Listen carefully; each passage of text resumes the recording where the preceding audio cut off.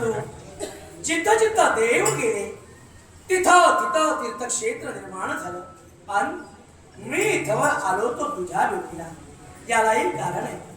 आई वडिलांची पवित्र इच्छा पूर्ण करण्यासाठी त्यांना तू काशी विश्वेश्वराला घेऊन चालला होता.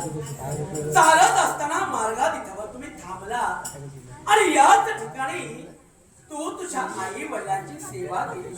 अरे, आई वडिलांची सेवा हीच खरी ईश्वर सेवा. आणि तीच ईश्वर सेवा पाहून मी तुझ्यापर्यंत आलो. पण आई वडिलांची सेवा करता करता तुझं जीवन पुण्यमय झालं. तुझं जीवन पुण्यमय झालंच ते झालं. त्याच बरोबर ही भूमी देखील पुण्यमय झाली. आणि या पुण्यमय भूमीत हा पांडुरंग स्थित झाला. म्हणून इथं तीर्थक्षेत्र निर्माण होईल. आता ते कसं ते आहे. या पांडुराचे पूरक